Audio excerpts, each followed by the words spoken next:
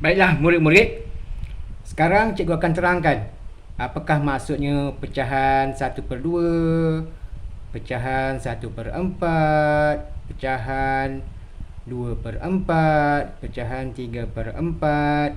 Okey, sekarang kamu buka buku teks matematik jilid yang kedua, muka surat 2, kamu tengok. Kenali pecahan. Okey. 1/2 dan 1/4. Apakah itu 1/2? Okey, separuh strawberry, separuh kaya. Separuh, 1/2, 1 daripada dua bahagian yang sama besar ialah 1/2.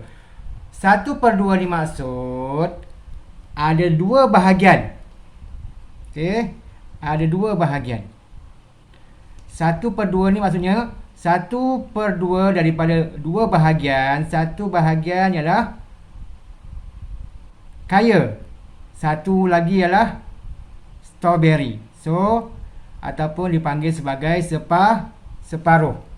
Okey, separuh maksudnya 1/2 tu satu daripada dua bahagian keseluruhan. Cikgu ulang balik. 1/2 tu bermaksud satu bahagian strawberry daripada dua bahagian keseluruhan. Kalau kaya pula, satu bahagian kaya daripada dua bahagian keseluruhan. So, semua sekali ada dua bahagian. Satu bahagian, dua bahagian. Betul? Okay. Tetapi 1/2 merupakan jam kaya. 1/2 lagi merupakan jam strawberry, ataupun dipanggil sebagai separuh. Separuh merupakan jam strawberry, separuh merupakan jam kaya, ataupun dipanggil sebagai setengah. Setengah pun boleh. Setengah merupakan, setengah bahagian merupakan jam strawberry, setengah bahagian merupakan jam kaya. Itu maksudnya 1/2. Maksudnya ada satu jam strawberry daripada keseluruhan bahagian dia ada dua bahagian. 1/2. Satu daripada dua bahagian yang sama besar ialah 1/2.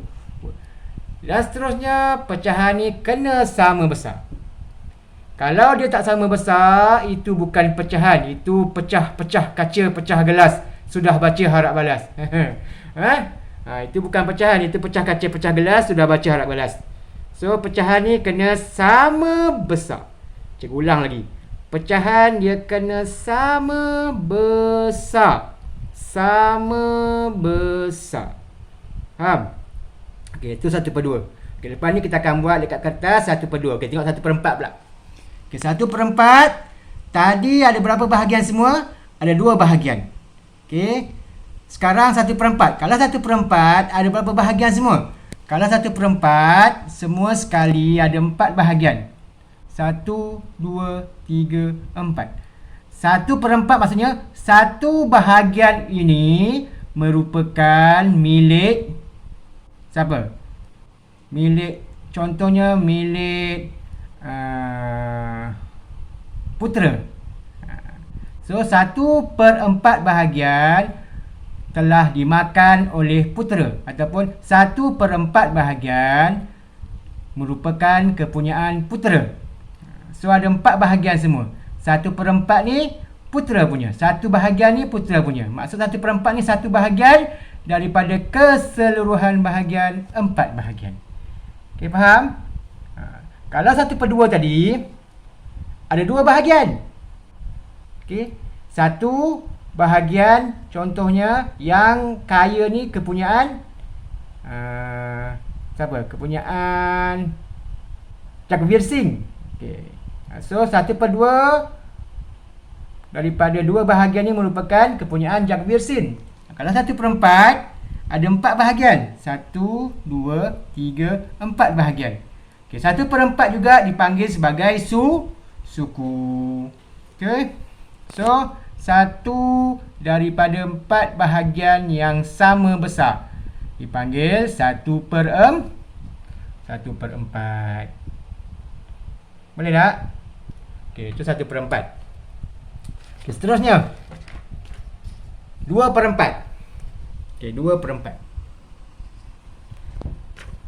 Kalau 1/4 satu daripada 4 bahagian.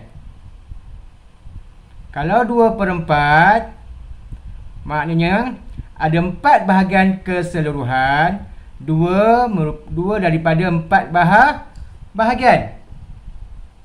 Contoh, 2/4 ni merupakan bahagian Cikgu Fazli. So ada 4 bahagian semuanya. Okey, 2 bahagian, contohnya 2 bahagian diwarnakan daripada 4 bahagian. So dipanggil 2/4. Yang ni 1 bahagian diwarnakan daripada 4 bahagian, dipanggil 1/4. Senang je. Kalau 3/4, 3/4, tengok 3/4.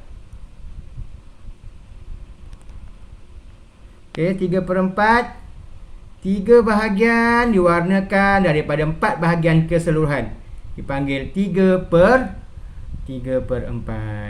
So kamu dah tahu dah apa dia 1/2, 1/4, 2/4, 3/4. Okey, 3/4 maknanya keseluruhan ada 4 bahagian, 3 diwarnakan. Yang 2/4, keseluruhan ada 4 bahagian, 2 diwarnakan.